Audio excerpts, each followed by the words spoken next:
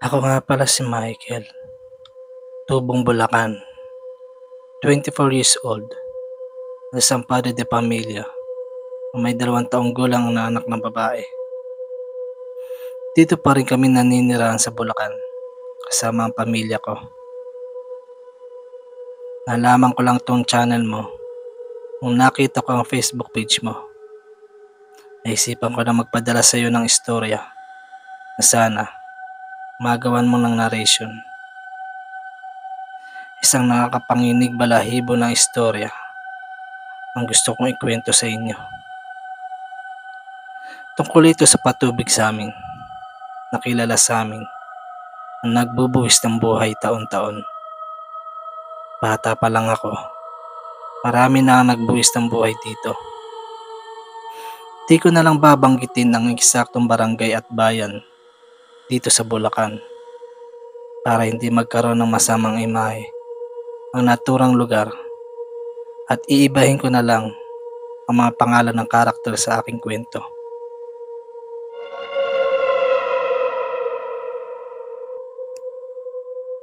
Kwento ito ng pamangking ko, natawagan na lang natin Bok. Nangyari to noong 2018.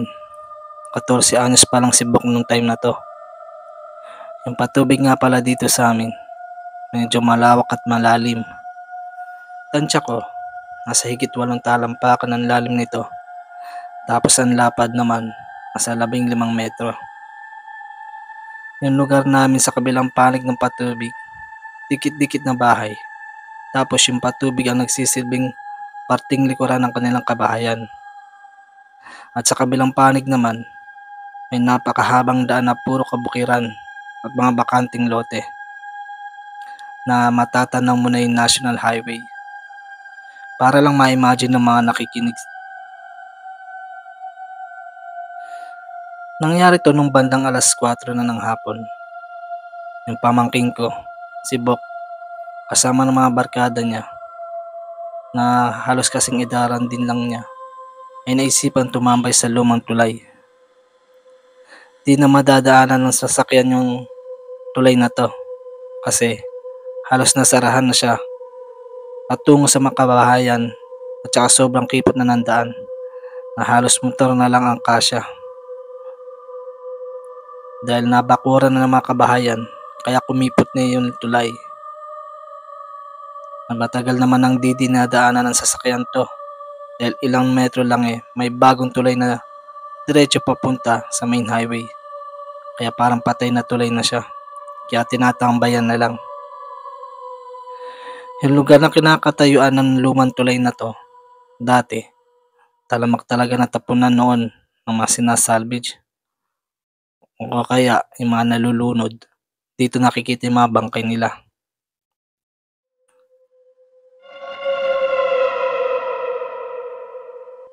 Naisipan nga nila tumambay dito, pero yung 3 sa kabarkada niya, naisipan na maligo sa patubig. Dahil di naman marunong lumangoy yung pamangkin ko, siguradong kagagalitan siya ng mami niya pag nalaman na naligo sa patubig. Naisipan na lang niyang umuwi na lang ng bahay kahit inaaya siya ng mga kabarkada. Bali 5 daw silang pumunta doon. Si June, di niya tunay na pangalan, sumunod daw sa kanya o para umuwi din ng bahay. At ang naiwan lang daw sa patubig na naliligo ay sina Jason, EJ at Raf, na di nila tunay na pangalan. Makalipas ang 1 oras, bandang alas 6 o alas 5 na daw ng hapon, biglang may nagkakagulo na sa lugar nila. Akala daw niya ay may nag-aaway lang, pero nakita niya yung 2 niyang kabarkada na sina EJ at Raf na sumisigaw at humihingi ng tulong. Kaya nung natapat daw sa kanila, tinanong daw niya kung anong nangyayari. At sinabi nga ng mga ito na si Jason ay ilang minuto na daw na di umaahon simula na sumisito, kaya nabahala na daw silang 2.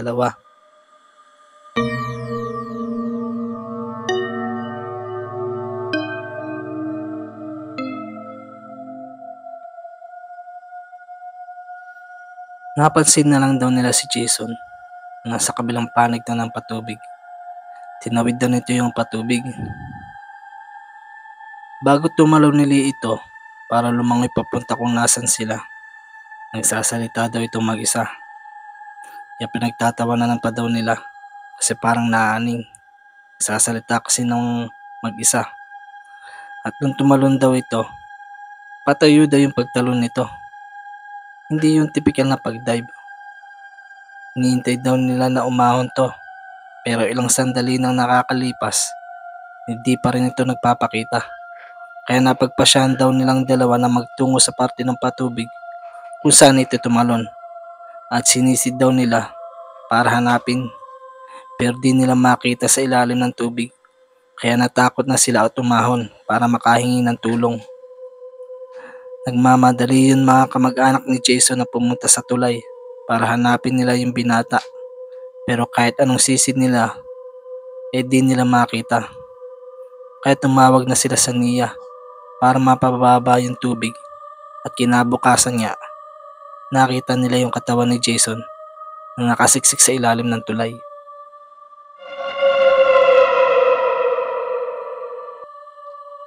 Sobra din ang naging trauma ng pamangkin ko sa nangyari sa kabarkada nila.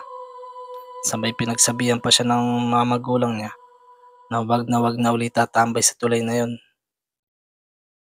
Bukod sa pagkalunod ni Jason, ito yung parte ng kwento na nakakapanginig ng balahibo at nagbigay ng sobrang takot sa pamangkin ko at sa mga kabarkada niya.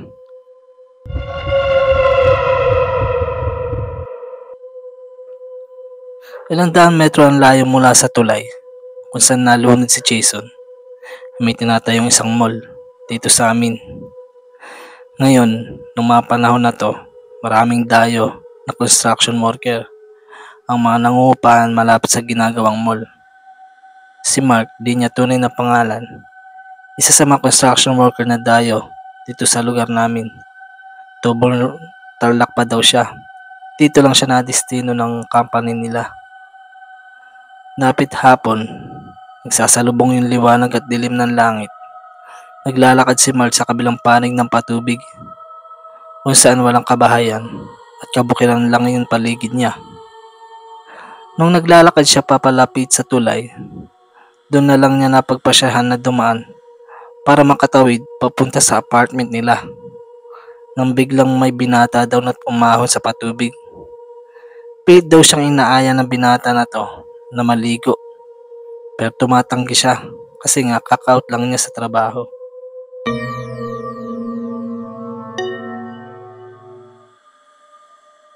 Kahit tinatanggihan daw niya to, pinipilit daw siya na maligo din.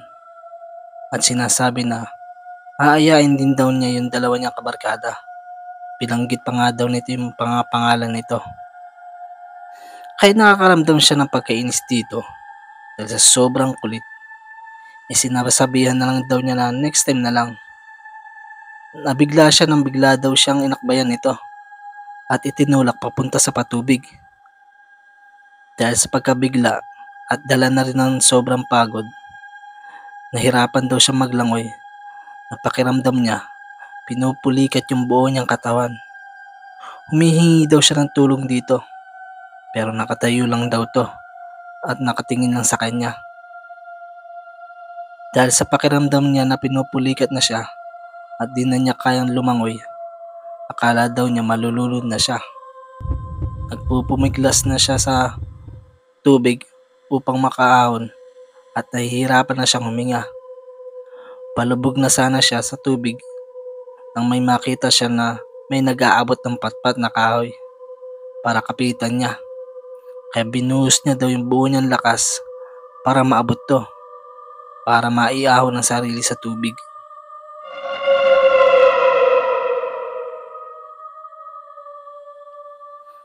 Pagkaahon niya, nakita niya isang matandang lalaki ang may hawak ng patpat. Tinanong daw siya nito kung bakit siya tumalon sa patubig. Hindi naman pala niya kayang lumangoy. Tinanggi niya sa matandang lalaki na tumalon siya at sinabi niya na tinulok siya nung binata. Pero sabi ng matandang lalaki na walang ibang tao sa paligid niya. Natatanaw na daw siya nung matandang lalaki sa di kalayuan habang nagbibisikleta 'to. At nung matapat nga sa kanya yung matandang lalaki, naisipan nito na nalulunod na siya. Kaya kinuwento ni Mark yung binata na tumulak sa kanya at sinabi niya na aayain pa nga daw nito yung dalawa niyang kabarkada at pinangalanan pa 'to. Nung binanggit niya yung pangalan ng dalawang kabarkada ng binata na tumulak sa kanya, napatigil yung matandang lalaki at sinabi sa kanya na hintayin lang siya sandali. Ilang saglit ang lumipas, meron ng ibang tao na kasama yung matandang lalaki nung binalikan siya at merong pinakitang picture ng binata ng isang may katandaang babae sa kanya. Sinabi niya na yun nasa picture ng binata na tumulak sa kanya. Nagulat siya sa sinabi ng mga to na si Jason yun at ilang buwan ng patay dahil nalunod dun sa gawin ng patubig kung saan siya naligtas ng matandang lalaki na lolo pala ni Jason.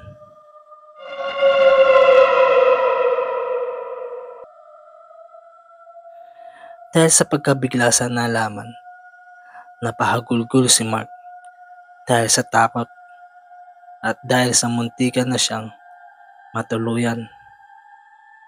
Ilakbot dahil sa nalaman ay nagtulak sa kanya sa kamuntikang kamatayan ilang buwan ng patay.